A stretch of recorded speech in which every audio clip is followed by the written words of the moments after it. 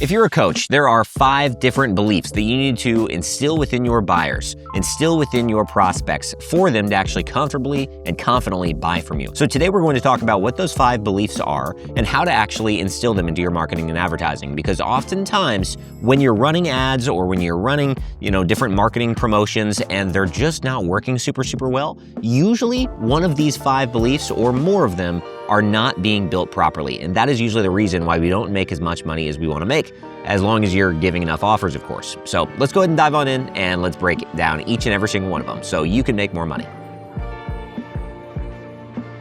And quick earnings disclaimer before we do dive in. I have no idea who you are. This is a YouTube video at the end of the day and you're a stranger. So I have no idea if you have the wherewithal or the capacity to go actually implement what we're talking about. I don't know if you're actually producing any sort of revenue in your business or if you have the ability to do so. So fully transparent, not making any sort of income claims, just handing down lessons that I've learned in building up multiple $1-million business myself, as well as working with a ton of 6, 7, and 8-figure coaching businesses as well. So let's go ahead and dive on in and hopefully you can glean some great lessons from this. All right, so buyer belief number 1. The first thing that you have to help your prospects understand is that they have to believe, I have a problem that needs solved.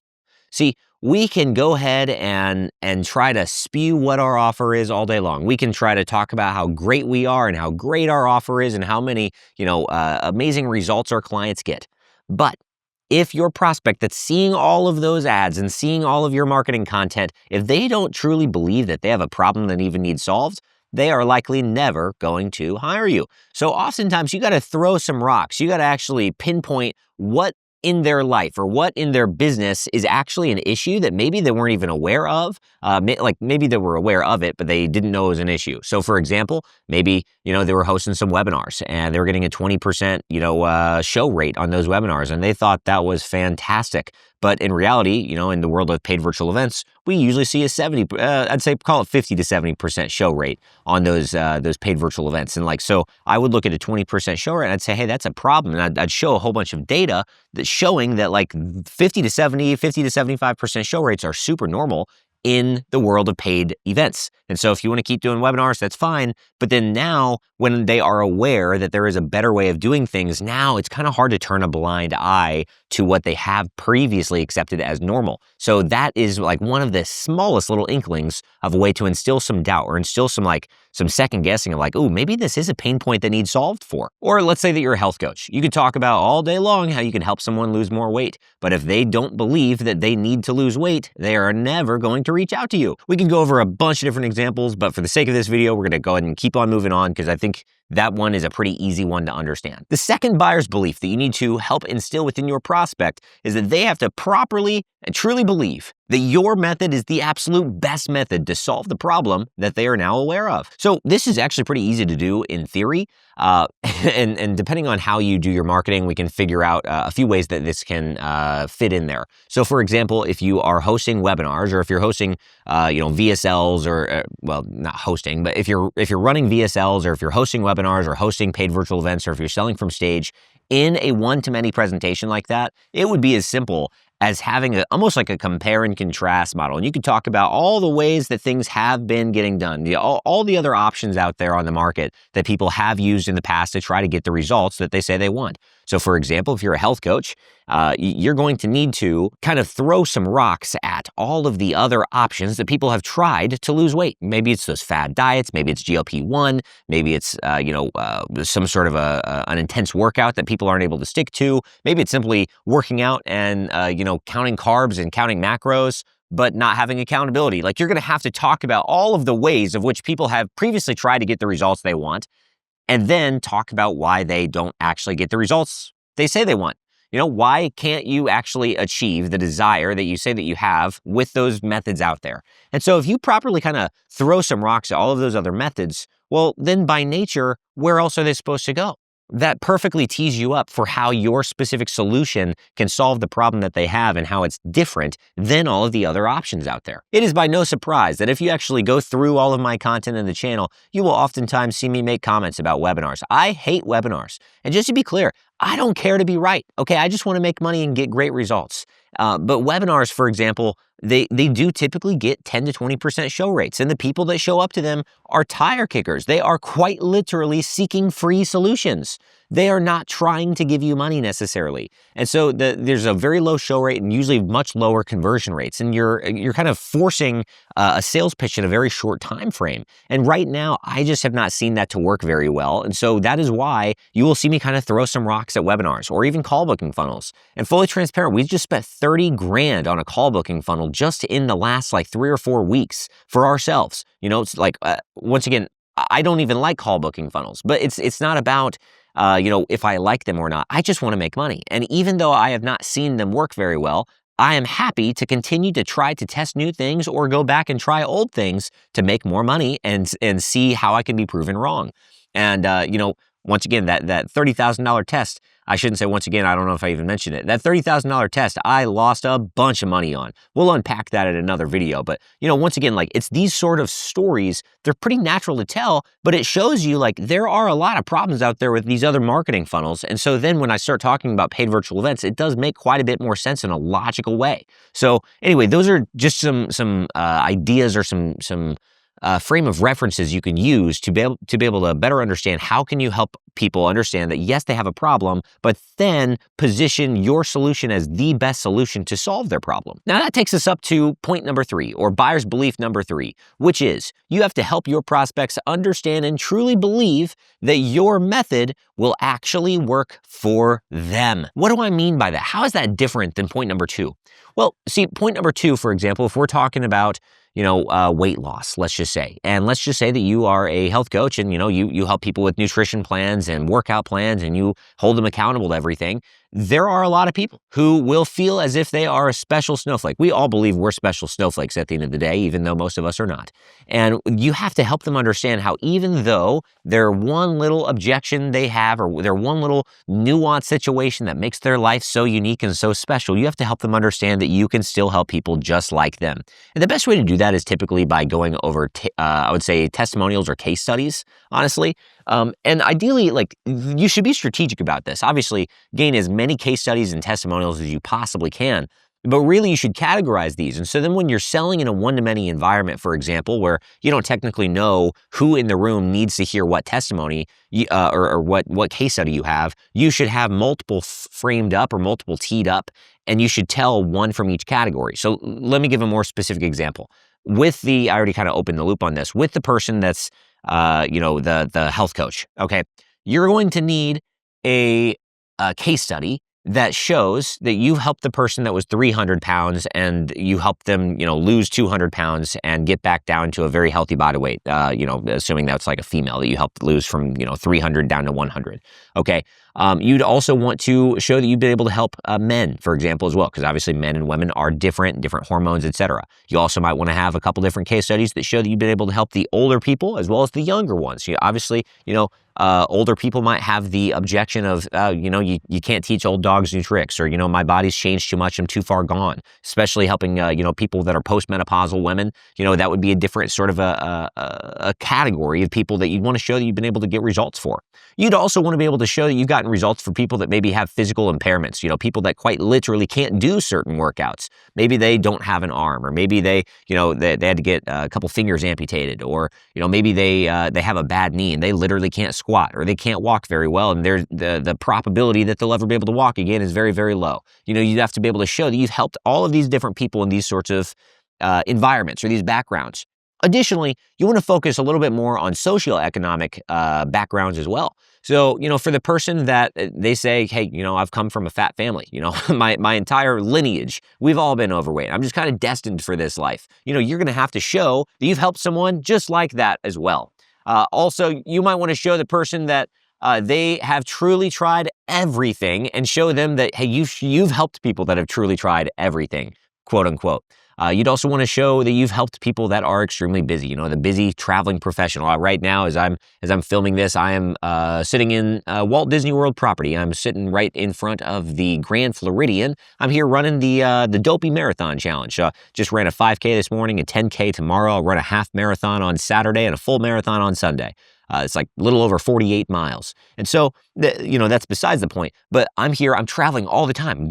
Right after this, I'm going straight to a conference I'll be speaking at. I've got 3 different speaking opportunities teed up also while I'm here in Orlando. And then from there, I fly from Orlando down to Miami. I'll be in Miami for a mastermind. I'm gone for I'm on a 12-day stint right now. And so, for example, you take someone that is a busy professional like myself, you'd have to be able to show people that you've helped other clients that are in a situation like mine, where I don't have normal access to a gym, and I'm eating restaurant food, or I'm eating food out on a regular basis, or I don't really have access to a kitchen in my in my hotel suite or whatever. So anyway, that's the point though, is you want to have a bunch of different case studies that are categorically set up, that you tell maybe one from each category, and so then when you're pitching in a one-to-many fashion, you can have one case study. At very, very least, you're going to have one case study that likely helps the person in the seat that you have no idea what they're going through.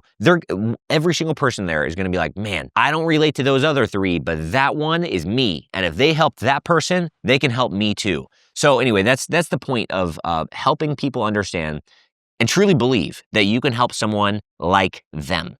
Hopefully that makes sense. The 4th buyer's belief that you have to help instill is that you have to truly get these people to believe that you, as a personal brand, or you as your coaching company, are the absolute best mentor, the absolute best guide that they want to learn from on this new journey towards their desired result. Let's stop being so naive right now. Okay, there are plenty of other competitors out there on the market that offer similar services as you do, similar services I do, and we have to stop acting like we're the only ones out there on the market that offer what we offer. Now, we might be the only one that offers the level of quality services that we offer, and the only ones with the case studies that we have.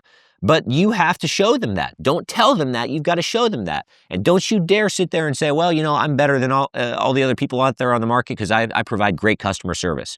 Every single person that is doing business in your line of work are also probably making those same stupid claims. So you actually have to show them why you're different. You have to show them your personality, your values. So for example, if you're new to the channel and you actually start scrolling through my channel and scrolling through some of the other episodes that we have, you'll see regularly, usually once a week, I'm posting a video or posting a new episode that's talking about biblical principles and how they can apply to your business. I'm very much a Christian. I've been born and raised in the church. I'm very involved in our local church in Nashville. I have a great relationship with the Lord, and that's something that's extremely important to me.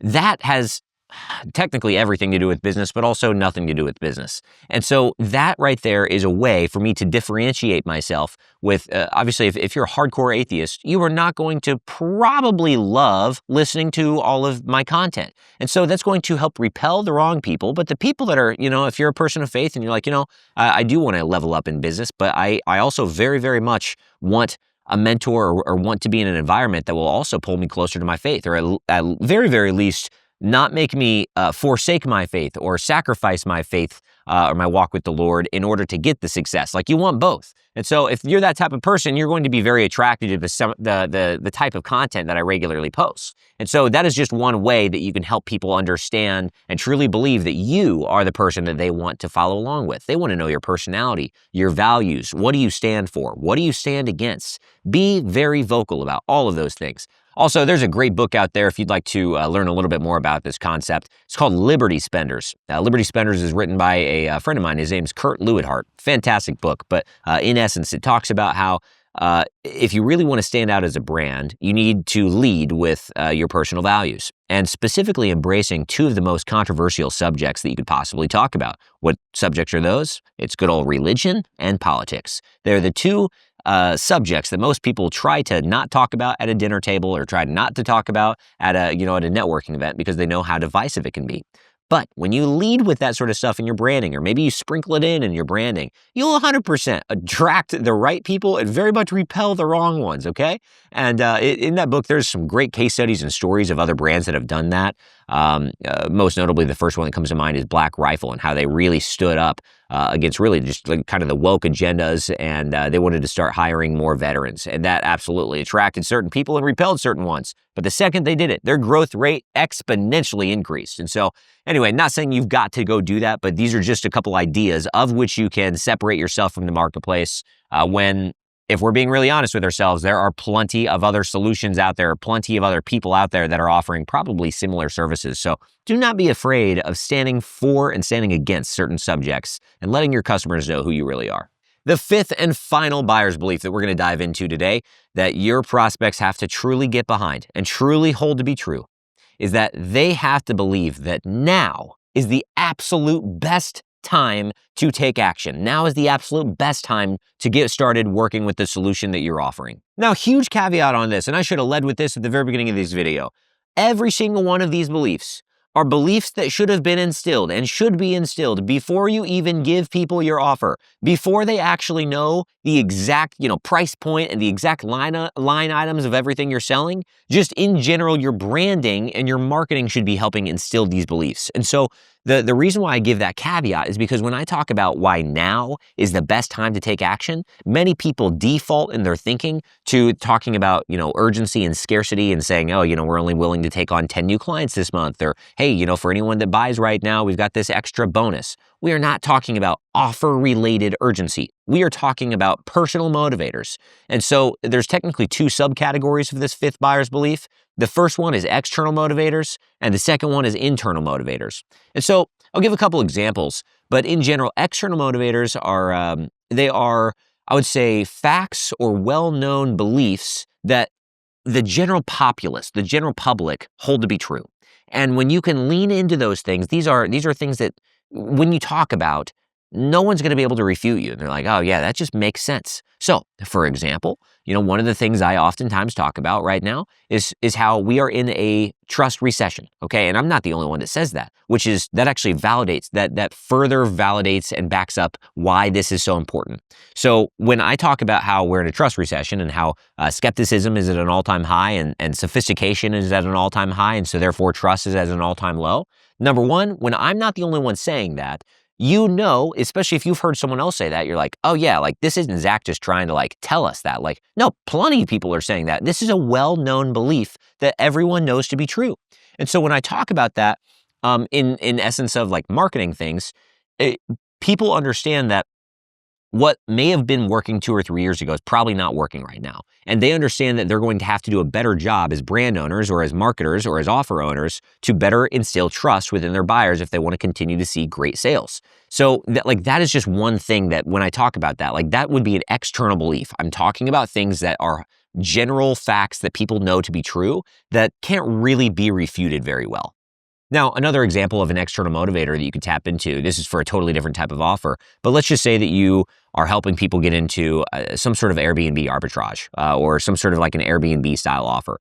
And let's just say that there was a law change that happened, I don't know, in the state of Illinois. And maybe in the past, Chicago, for example, maybe had some zoning restrictions that many people couldn't host Airbnbs in. And then all of a sudden, there was some sort of a law change that happened. And because of that law change, there's going to be a bunch of big money that's going to flood into the city of Chicago. That would be another way of instilling a buyer's belief, instilling this specific buyer's belief of the external motivators. Because when you start talking about that, your prospect would be like, yeah, that makes a lot of sense. There's going to be a ton of money flooding in there. So I actually need to take action now rather than later, because if I wait too long, it's going to be too late. One last example of an external motivator, back to honestly just our specific offer. When I start talking about paid virtual events to many of our prospects or many of our potential clients, I will oftentimes ask them to actually think back to when Google Ads, for example, first got started.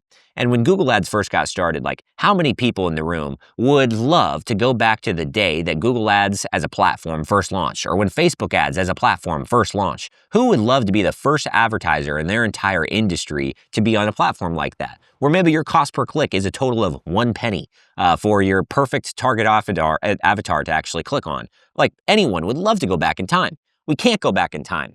However, if we understand that all marketers ruin marketing, this is something that can actually help us right now. See, while we can't go back in time and change those things, what we do understand is that when something is working, even on a small scale, all marketers start to jump in on it. And then all of a sudden, everyone starts to catch on. And after a little while, that method or that vehicle no longer becomes as effective as it was, or it immediately becomes less effective than it used to be. And so right now, and this is what I'll do, usually in like a virtual presentation, I'll ask everyone like, how many of you guys can count more than 3 or 4 competitors right now that you actively know are in your space offering a very similar offer to you, that they're hosting paid virtual events or challenges? Most people in the room, like the last time I did this, there were probably 200 people in the room. Most people could not count more than 5 people in their entire industry that are potential competitors that they either look up to or they're beside or maybe they're below them. They couldn't even come up with 5 competitors that were actively hosting these virtual events. But I can tell you almost every single client that we've worked with that's been profitable on these, and it's like there's proof in the pudding that these things are working really well right now. And so when I talk about that and show them all these case studies and they're like, yeah, these things are working like crazy, but maybe I don't want to, maybe I'll do it later. And then I help them understand, if you want to be one of the first people to run ads in your market back in, in the early days of Facebook or Google, but you can't do that now, this is the very best next thing you could do, is jump on a trend or jump on something that very few people are utilizing, but it is working massively for those people. And oftentimes you'll find when something's working extremely well, for a few small people, usually they're pretty quiet about it. That's the current stage we're in right now. It is like a gold rush, it's right before the gold rush, is what I would say, because there's not a ton of people rushing to this quite yet. And so anyway, that would be another way of helping people understand this external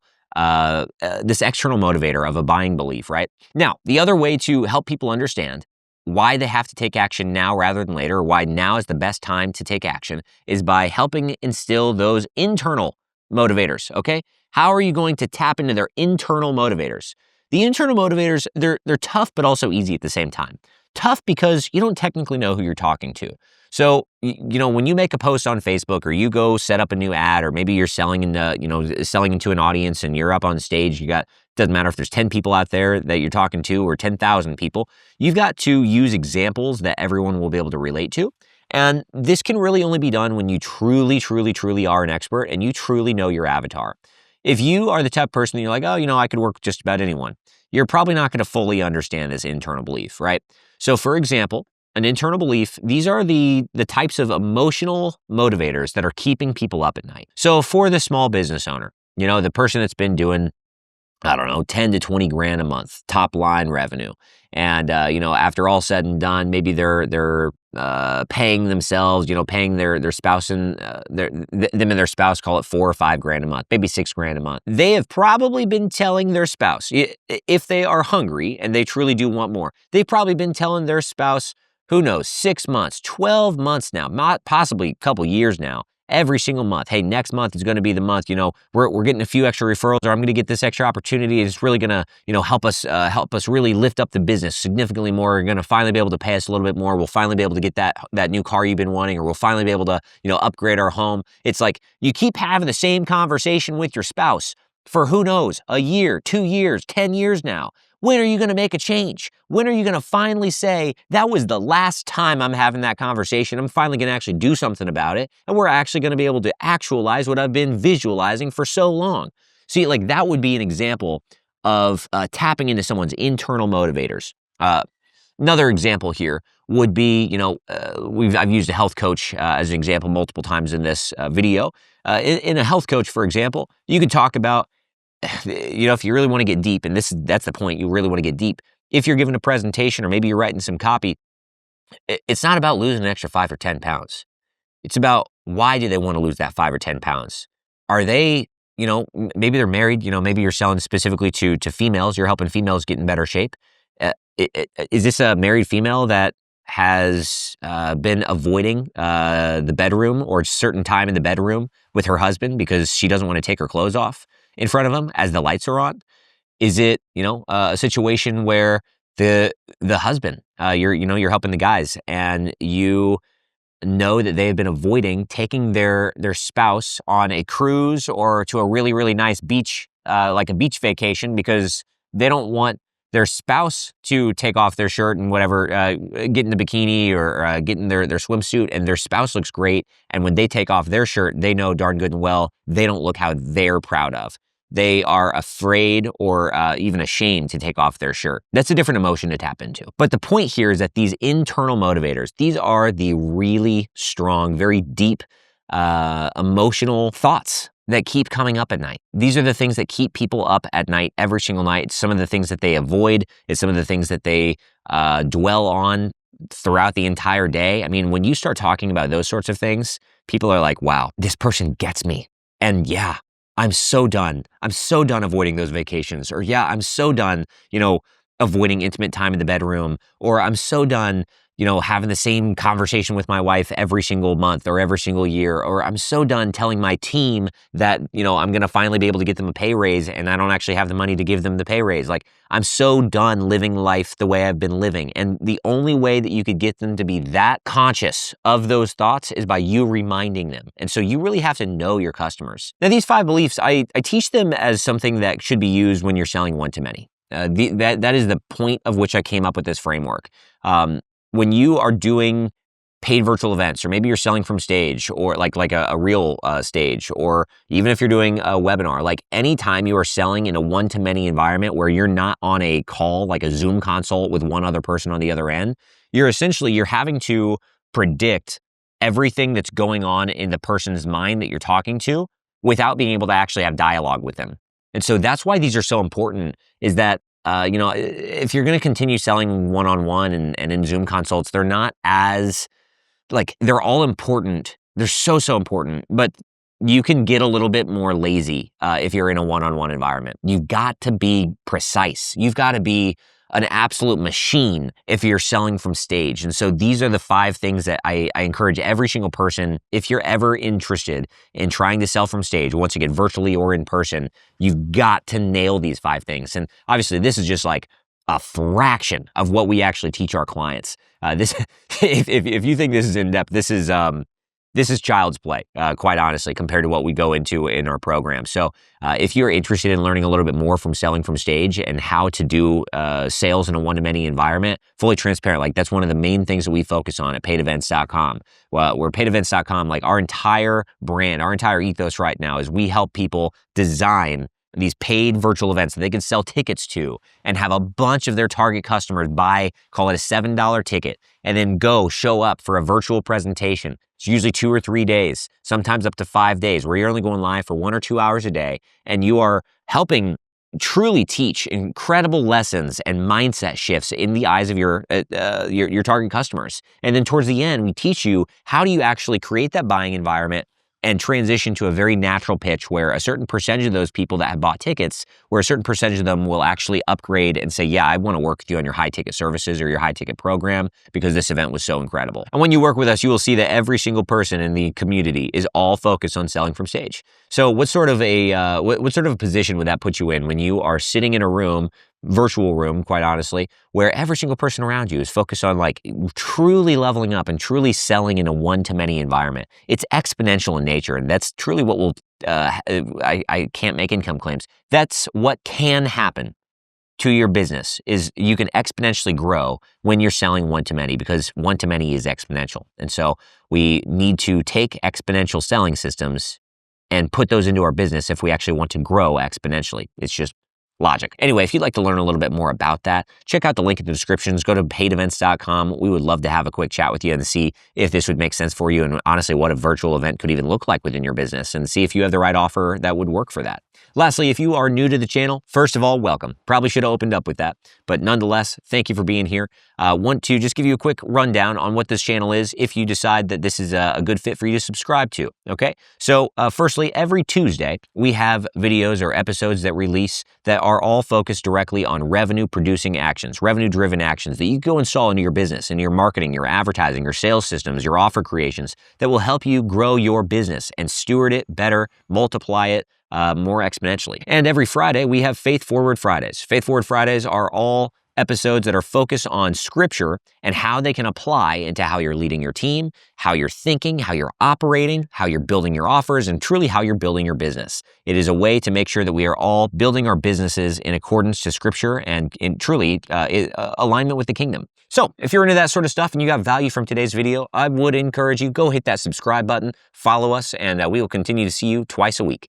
Now, if you got any value of today's video specifically and you know someone else that maybe they're already selling in a one-to-many fashion, or maybe they're about to go do a big webinar, they're about to go do a big virtual event, you've got to send them this video. That would be the best way to show them some love and show them that you're truly caring for them and honestly just loving on your friend, loving on your neighbor. That's what it's all about. So go give back to your community. Go share this video with someone that you know would really receive a lot of fruit from this. And once again, if you got any value, hit that subscribe button. Feel free, drop a comment. I read every single comment. I respond to every single comment as well. So, and obviously, if you're a returning viewer, welcome back. Love to have you. You are what makes this channel continue to grow. So appreciate all of you. Until next time, can't wait to see you on stage.